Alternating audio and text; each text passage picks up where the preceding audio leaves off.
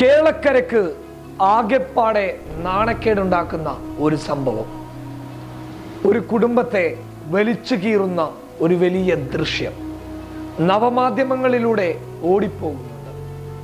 അതിന് മുകളിലുള്ള പ്രതികരണം ഇങ്ങനെയാണ്: ആ സംഭവം നടക്കുന്ന സമയത്ത് അവിടെ തടിച്ചുകൂടി നിന്നിരുന്ന ആളുകൾക്ക് അതൊന്ന് തടയാമായിരുന്നില്ലേ? അല്ലെങ്കിൽ ഇത്തരമൊരു നീചകൃത്യം ചെയ്യുന്നവർക്കെതിരെ ഒന്ന് വിരൽ ചൂണ്ടാമായിരുന്നില്ലേ? അതിലുള്ള ഏക ആശ്വാസം ആ ദൃശ്യം പകർത്തിയ വ്യക്തി മാത്രമാണ്. ആദ്യം നമുക്ക് വിഷയത്തിലോട്ട് കടക്കാം. ഞായറാഴ്ച വൈകിട്ട് കടപ്പുറത്തെത്തിയ കുടുംബത്തിലെ യുവതിയോട് ആക്രമി സംഘത്തിൽ ഒരാൾ അപമര്യാദയായി പെരുമാറി. ഇത് തടയാനെത്തിയ ഭർത്താവിനെയും ഭർത്തൃ സഹോദരനെയും മർദ്ദിക്കുകയും മത്സ്യം കുത്തിയെടുക്കുന്ന കമ്പി ഉപയോഗിച്ച് കുത്തി പരിക്കേൽപ്പിക്കുകയും ചെയ്തു. മർദ്ദനത്തിനിടയിൽ യുവാവിന്റെ ഒപ്പമുണ്ടായിരുന്ന കുട്ടിയുടെയും സ്വർണമാല ആക്രമി സംഘം പൊട്ടിച്ചെടുത്തു. കടപ്പുറത്ത് ഒട്ടേറെ പേർ ഉണ്ടായിരുന്നെങ്കിലും ആരും സഹായത്തിന് എത്തിയില്ല. ആക്രമികളിൽ നിന്ന് രക്ഷപ്പെട്ട കുടുംബം കാറിലും 2 ബൈക്കുകളിലുമായി മടങ്ങി. എന്നാൽ ആക്രമികൾ മറ്റു 2 പേരെ കൂടി വിളിച്ചു വരുത്തിയ ശേഷം 3 ബൈക്കുകളിലായി കുടുംബത്തെ പിന്തുടർന്നു. കോച്ചിയുടെ ജെട്ടിപ്പാലത്തിൽ ബൈക്കുകൾ തടഞ്ഞ ശേഷം സംഘത്തിലെ 3 പേർ യുവാവിനെ പിന്നിൽ നിന്നും പിടിച്ചു നിർത്തി. മറ്റുള്ളവർ ഭാര്യയെ ദേഹോപദ്രവം ഏൽപ്പിച്ചു. എന്തായാലും കേസ് നൽകും എന്ന് ആക്രോശിച്ചുകൊണ്ടാണ് യുവാക്കൾ സ്ത്രീകളെ ഉപദ്രവിച്ചതെന്നാണ് പോലീസ് പറയുന്നത്. ഇതാണ് സംഭവം.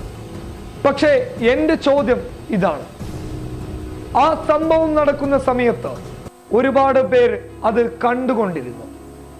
ഒരു നാടിനെ മൊത്തം തെറ്റുപറയുകയല്ല, ദൈവത്തിന്റെ സ്വന്തം നാട് ആലപ്പുഴ എന്ന് പറയുമ്പോൾ ഒരുപാടുണ്ട് പറയാൻ. കുട്ടനാടിന്റെ ഭംഗിയിൽ തിളങ്ങി നിൽക്കുന്ന ആലപ്പുഴ, ഒരുപാട് നേതാക്കന്മാരുള്ള ആലപ്പുഴ, നല്ലവരായിട്ടുള്ള ജനങ്ങളുടെ നാടാണ്. പക്ഷേ എന്തു സംഭവിച്ചു ആലപ്പുഴക്കാർക്ക്? അല്ലെങ്കിൽ മൊത്തത്തിൽ കുറ്റപ്പെടുത്തുന്നില്ല. ആ സംഭവം നടക്കുമ്പോൾ ആ സമയത്തുണ്ടായിരുന്ന ഒട്ടേറെ പേർ അവരെന്തു ചെയ്തു? വലിയ ഒരു ചോദ്യമാണ്. ഞാൻ മാത്രമല്ല ഈ ചോദ്യം ചോദിക്കുന്നത്.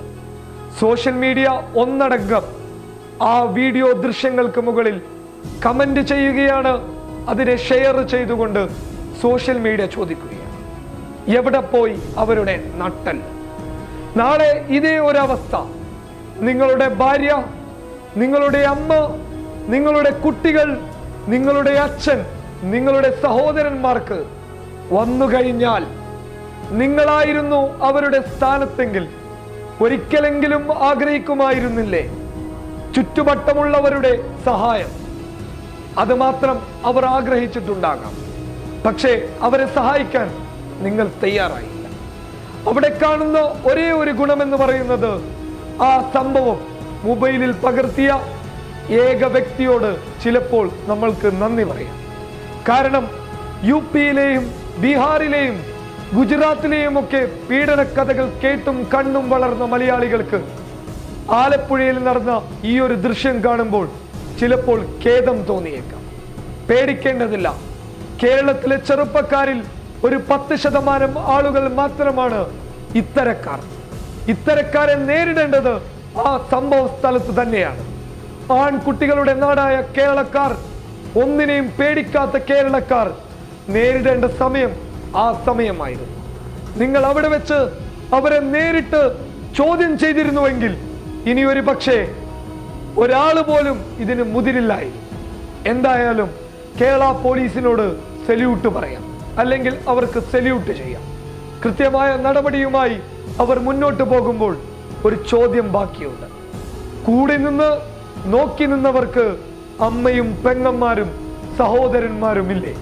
എൻ്റെ മാത്രം ചോദ്യമല്ല ഇത്, സോഷ്യൽ മീഡിയയുടെയും ചോദ്യമാണ്. സ്പെഷ്യൽ റിപ്പോർട്ട് അവസാനിപ്പിക്കുന്നു. News desk public Kerala.